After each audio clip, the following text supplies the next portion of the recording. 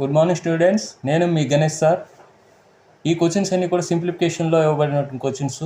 ఈ క్వశ్చన్స్ అనేది ఆన్సర్ చేయాలి అంటే మనకి ఫస్ట్ మనకు తెలియవలసింది ఏంటంటే స్క్వేర్స్ తెలియాలి. అప్ టు 30 స్క్వేర్ వరకు ఫస్ట్ 1 స్క్వేర్ 1, 2 స్క్వేర్ 4, ఇలా 30 స్క్వేర్ అంటే 900 వరకు మనకు తెలిసి ఉండాలి. తెలిసి ఉంటేనే మనం చాలా ఈజీగా వేగంగా చేయగలుగుతాం.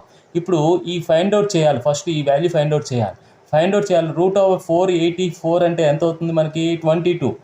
అసలు 22ని ఇంటూ 22 ఎలా మల్టిప్లై చేయాలి? ఈ 2 2 జా 4, ఈ రెండు కూడా 2 2 జా 4 మల్టిప్లై చేస్తే ఇది 1s ప్లేస్లో ఇది 100s ప్లేస్లో వచ్చింది. ఈ రెండు మల్టిప్లై చేస్తే 4, ఈ రెండు మల్టిప్లై చేస్తే 4, 4 కలిపితే 8.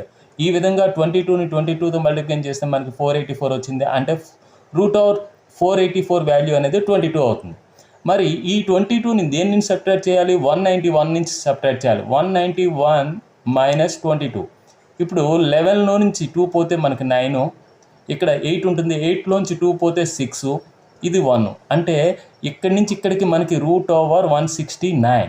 169 వాల్యూ ఎంత అవుతుంది? 13. 13 జా 169 కాబట్టి ఒక 13 ఆన్సర్ అవుతుంది. ఇక్కడ వరకు 13 అనమాట. ఇప్పుడు ఏం చేయాలి? 337లో నుంచి మనము 13 సబ్ట్రాక్ట్ చేయాలి. చేసినట్టయితే మనకి 4, ఇదేమో 3లోంచి 1 పోతే 2, ఇదేమో 3.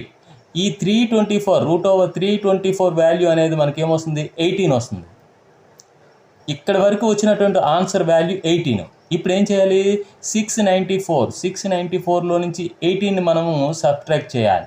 ఇప్పుడు 14లో నుంచి మనకి 8 పోతే 6, ఇక్కడ 8 ఉంటుంది. 8లోంచి 1 పోతే 7, ఇదేమో 6. అంటే దీనికి రూట్ వాల్యూ కనుక్కోవాలి. √676 దట్ ఈక్వల్ టు 26 × 26 వాల్యూ అనమాట 676. So our answer is 26. Option D is right answer.